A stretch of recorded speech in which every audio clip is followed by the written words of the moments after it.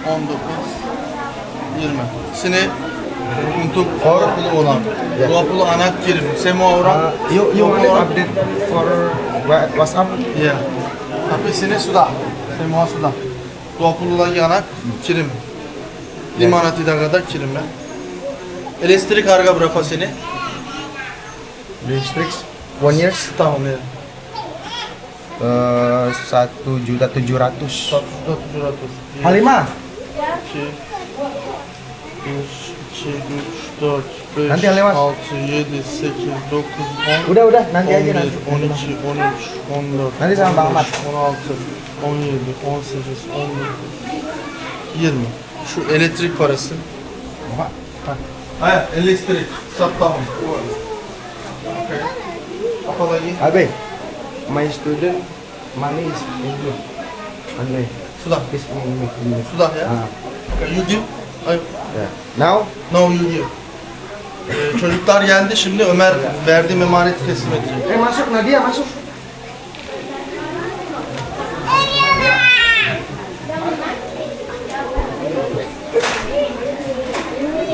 Ömer'i çek.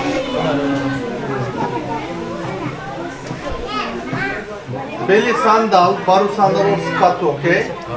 Ada murah-murah 100.000 ada sepatu, tapi 200.000 standar. Insyaallah. Okay? Cakep. Oke ya.